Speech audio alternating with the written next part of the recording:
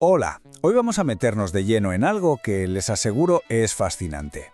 Son unos materiales de formación para pilotos de parapente de los que vuelan con pasajeros.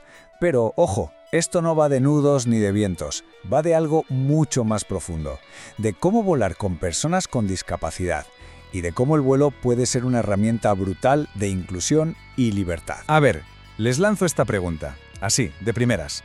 ¿Qué se necesita para volar? Pausen un segundo y piénsenlo. Seguro que les vienen a la cabeza cosas como, pues un buen equipo, el tiempo perfecto, un piloto que sepa lo que hace, ¿no? Lo típico. Pero, ¿y si les digo que eso es solo la superficie? Porque la habilidad más crucial, la que de verdad marca la diferencia entre un vuelo cualquiera y un vuelo increíblemente inclusivo, no es tanto la destreza con las cuerdas. Es algo que va por dentro. Es tener un marco de pensamiento, una ética muy sólida. Y este es el punto de partida de todo. Este explainer no va de cómo se maneja el parapente. Va de cómo se construye una experiencia basada en la dignidad, en el profesionalismo y sobre todo en una seguridad que va mucho más allá de lo puramente físico. Se trata de crear algo que de verdad pueda transformar. Para poder construir eso, lo primero es entender una idea clave que plantean estos materiales. Y es que, básicamente, hay dos maneras totalmente opuestas de ver y entender la discapacidad. Y créanme, la diferencia entre una y otra lo cambia absolutamente todo. Primero, para que todos partamos del mismo sitio, tenemos la definición, digamos, oficial, la de la Organización Mundial de la Salud, la que casi todos conocemos.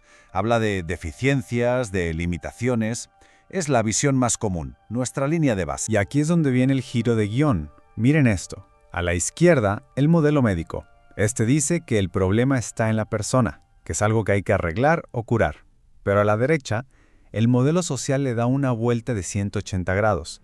Dice, no, el problema no está en la persona, está en las barreras que le pone la sociedad, el entorno. Y esto lo cambia todo.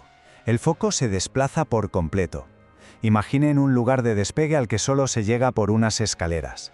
Para el modelo médico, el problema es la persona en silla de ruedas que no puede subir. Para el modelo social, el problema son las malditas escaleras. La barrera es el entorno, que no está adaptado.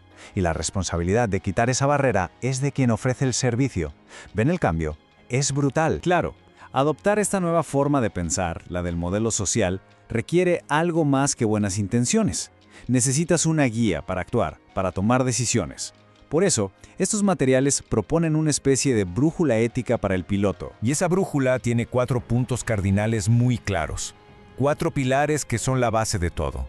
Deben guiar cada palabra, cada acción, desde la primera llamada de teléfono hasta que los pies vuelven a tocar el suelo. Vamos a verlos. Primero, autonomía. La persona es la que decide, siempre. Y para decidir bien, necesita información clara y honesta.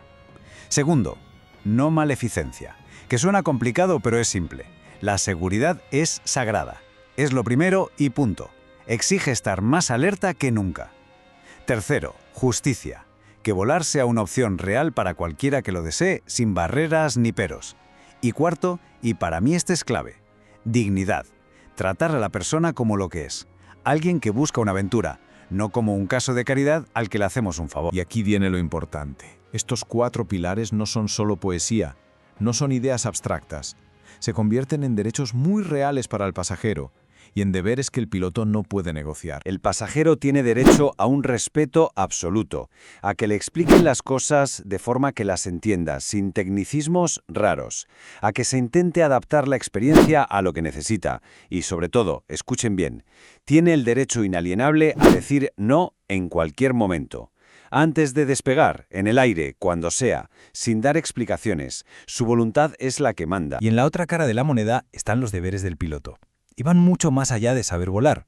Implican prepararse específicamente para esto, evaluar con mucho cuidado no solo lo físico, sino también las emociones, los miedos, las expectativas. Implica tener una comunicación impecable, planes de emergencia pensados para cada situación. Y se insiste muchísimo en esto, usar un lenguaje respetuoso, nada de condescendencia, nada de tratar a la gente como si fueran niños. Respeto. Cuando un piloto interioriza todo esto, cuando lo hace suyo de verdad, su papel cambia por completo. Ya no es solo alguien que te da un paseo por el aire, se convierte en algo mucho más grande. Exacto. Se convierte en un auténtico embajador de la inclusión. Al actuar con esta ética, con este nivel de profesionalidad, cada vuelo que hace es una declaración de principios.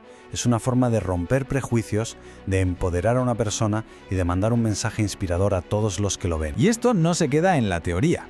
La formación incluye ejercicios prácticos que son súper potentes para generar empatía. Por ejemplo, les tapan los ojos a los pilotos y les piden que sigan instrucciones. Que sientan, aunque sea por un momento, lo que es depender totalmente de la voz y el tacto de otra persona.